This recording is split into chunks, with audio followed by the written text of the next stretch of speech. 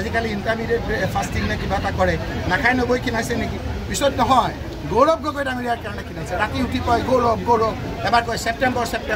ছেপ্টেম্বৰ মানে তেওঁক বিজেপিয়ে মুখ্যমন্ত্ৰী অতৰাৰ কথা কৈছিল পিছত কি হ'ব আপোনালোকে ভাবিছে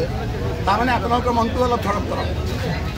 কাৰণ মুখ্যমন্ত্ৰী ডাঙৰীয়াই উল্টা পুল্টা কথা কৈ আছে আজি এটা কথা কয় কালি এটা কথা কয় নিদিলে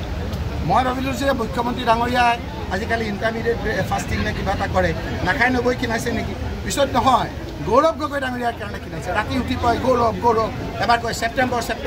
ছেপ্টেম্বৰ মানে তেওঁক বিজেপিয়ে মুখ্যমন্ত্ৰী অতৰাৰ কথা কৈছিল কিন্তু এতিয়া গীৰগাই এইবিলাক কথা শুনি বিজেপিৰো কোনো দায়িত্ব নলয় কাৰণে তেওঁ অন্ততঃ এইখিনি বোধে এইকেইটা দিন এক্সটেনশ্যন পাব কিন্তু 26ত কি হ'ব আপোনালোকে জানে মই জানো সকলোতকৈ বেছি ভোটত উজাই আৰু লামডিং চিটত কংগ্ৰেছ পাৰ্টি জিকিব আজি বঙালী হিন্দু মানুহখিনিৰ মনত কথা যে তোমালোকে আমাক কিমান প্ৰতাৰণা কৰিলা কিমান চাকৰি দিলা আমাৰ যুৱকক তাৰ তালিকা দিয়া কিমান মন্ত্ৰী দিলা ব্ৰহ্মপুত্ৰ বেলিত তাৰ তালিকা দিয়া তাৰপিছত ভোটৰ ওচৰলৈ আহিবা নহ'লে এইবাৰ আমি উঠি অহা যিবিলাক অৰ্গেনাইজেশ্যন আছে সকলো অৰ্গেনাইজেশ্যনে এইবাৰ বিজেপি বিৰোধী স্থিতি